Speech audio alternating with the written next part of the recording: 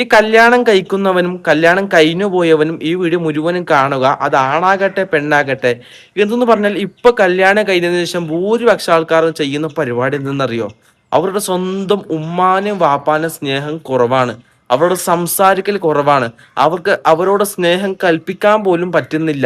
ഈ ഇന്നലെ വന്ന പെണ്ണ് ഇല്ലെങ്കിൽ ഇന്നലെ വന്ന ചെറുപ്പക്കാരന് അവനോടായിരിക്കാം ഏറ്റവും കൂടുതൽ സ്നേഹം.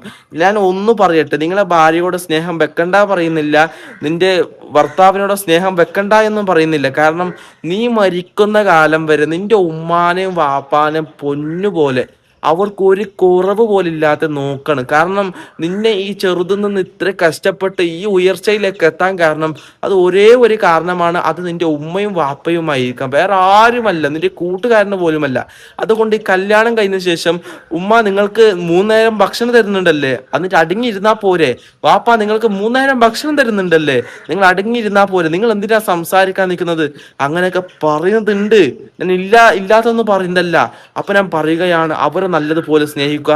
വേണമെങ്കിൽ ഭാര്യയും ഭർത്താവിനെ സ്നേഹിക്ക്, കുറച്ച് സ്നേഹിക്ക്. ഏറ്റവും കൂടുതൽ സ്നേഹിക്കേണ്ട അവരെക്കാളും ഉമ്മാനെ വാപ്പാനെയാണ്. ഇതെല്ലാവരും ഇങ്ങനെ ചെയ്യുന്നത് കൊണ്ടാണ് ഞാൻ വീഡിയോ ചെയ്യാൻ കാരണം. മാക്സിമം ഒന്ന് ഷെയർ ചെയ്യുക. ഇൻഷാ അല്ലാഹ് അറിയാത്ത ഒരുപാട് ആൾക്കാരുണ്ട്.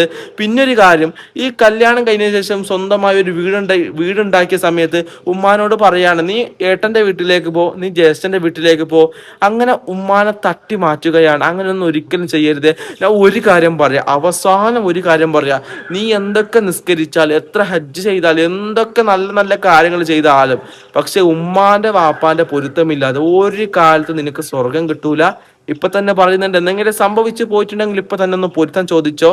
ഇൻഷാ അല്ലാഹ് അതുകൊണ്ട് മാക്സിമം ഒന്ന് ഷെയറും ചെയ്യുക. ഇൻഷാ അല്ലാഹ്. അസ്സലാമു അലൈക്കും വറഹ്മത്തുള്ളാഹി വബറകാതുഹു.